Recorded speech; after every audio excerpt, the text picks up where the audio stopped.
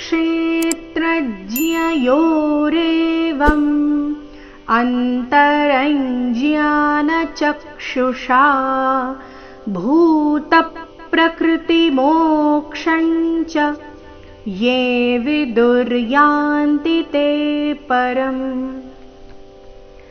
ಕ್ಷೇತ್ರ ಕ್ಷೇತ್ರಜ್ಞ ಮೊದಲನೇ 4 ಅಕ್ಷರಗಳ ಮೇಲೆ ಆಘಾತ. ಕ್ಷೇ ದೀರ್ಘ ಹೇಳಬೇಕು, ಅದರ ನಂತರ ಅದರ ಮೇಲೆ ಆಘಾತ.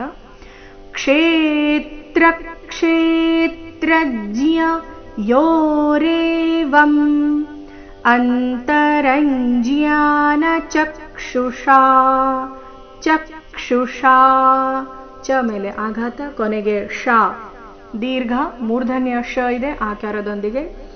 ಅಂತರಂಜ್ಞಾನ ಚಕ್ಷುಷಾ ಭೂತ ಪ್ರಕೃತಿ ತ ಮೇಲೆ ಆಘಾತ.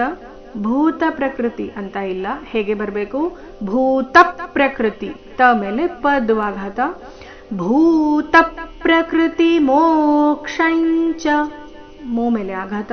ಮೋಕ್ಷಂಚ ಯೇ ವಿದುರ್ಯಾಂತಿ ತೇ ಪರಂ. ಯೇ ವಿದುರ್ಯಾಂತಿ ತೇ ಪರಂ. ನೋಡೋಣ ಪೂರ್ತಿ ಶ್ಲೋಕ ಮೂಲಗೀತೆಯ ಪ್ರಕಾರ. ಕ್ಷೇತ್ರ ಕ್ಷೇತ್ರಜ್ಞಯೋರೇವಮಂತರಂಜ್ಞಾನ ಚಕ್ಷುಷಾ ಭೂತ ಪ್ರಕೃತಿ ಮೋಕ್ಷಂಚ ಯೇ ವಿದುರ್ಯಾಂತಿ ತೇ ಪರಂ.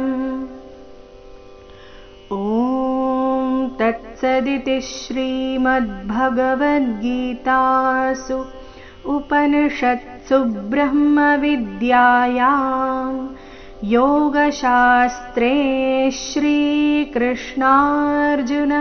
ಸಂವಾದೇ ಕ್ಷೇತ್ರ ಕ್ಷೇತ್ರಜ್ಞ ವಿಭಾಗ ಯೋಗೋ ನಾಮ ತ್ರಯೋದಶೋऽಧ್ಯಾಯಃ. ಅಧ್ಯಾಯದ ಹೆಸರು ಕ್ಷೇತ್ರ ಕ್ಷೇತ್ರಜ್ಞ ವಿಭಾಗ ಯೋಗೋ. ಪುಷ್ಪಿಕಾ ಹೇಳಬೇಕಾದ್ರೆ ನಾಮತ್ರಯೋ ಮ ಮೇಲೆ ಆಘಾತ ಬರಬೇಕು. ನಾಮತ್ರಯೋದಶೋऽಧ್ಯಾಯಃ. ಓಂ ಶ್ರೀಕೃಷ್ಣಾರ್ಪಣಮಸ್ತು.